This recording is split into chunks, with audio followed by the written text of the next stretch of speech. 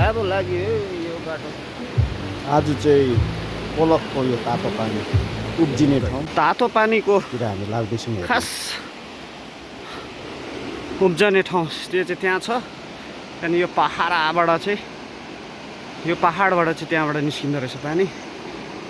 यहाँबाट ढुङ्गा मुढा झरेको कारणले गर्दा चाहिँ त्यहाँ सारेको रहेछ है त्यहाँ तल।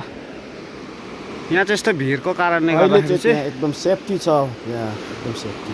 स्प्रिङ पोलक तातो पानीको चाहिँ ओरिजिनेट चाहिँ यहाँबाट रहेछ। तातो आउँदैछ, बाफ आउँदै यहाँबाट। यो चाहिँ पर्खाल पहाडको चेपबाट आउँदो रहेछ है। हेर्नुहोस् यहाँ चाहिँ हामी अन्डा पाक्ने तातो छ। यो चाहिँ यहाँ चाहिँ यस्तो तातो छ नि तपाईँको अन्डा बोइल भएको चाहिँ रेकर्ड छ। यो चाहिँ दबाई हो। यो सेतो छ। यो चाहिँ तपाईँको दबाई हो है, दबाई। यो भित्ताबाट चाहिँ आउँछ तपाईँको तातो पानी। हेर्नुहोस् तातो पानी चाहिँ बाफ आउँदैछ। यो पहाडको चेपबाट चाहिँ तपाईँको हट स्प्रिङ यानि कि तातो पानीको सृष्टि हुन्छ। यो पानीको सोर्स ओरिजिनेट चाहिँ यहाँबाट हुन्छ चाहिँ पहाडबाटै। यो ढुङ्गा चाहिँ हेर्नु सक्नुहुन्छ। चट्टान यो कत्रो चट्टान छ भने नि तपाईँको पहाडै पहाड। भित्ता यहाँबाट चाहिँ तातो पानी। यो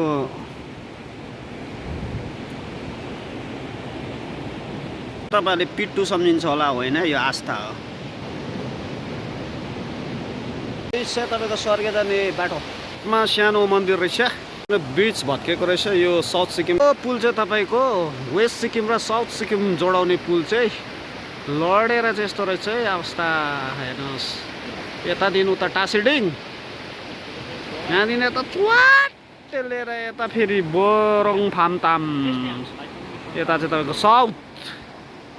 यो चाहिँ तपाईँको बोर्डर लडाइ छ। तपाईँको तारहरू यस्तो छ दामी बनाएको चाहिँ मोटुसले। हेर्नुहोस् यहाँ दामी टडक्कै।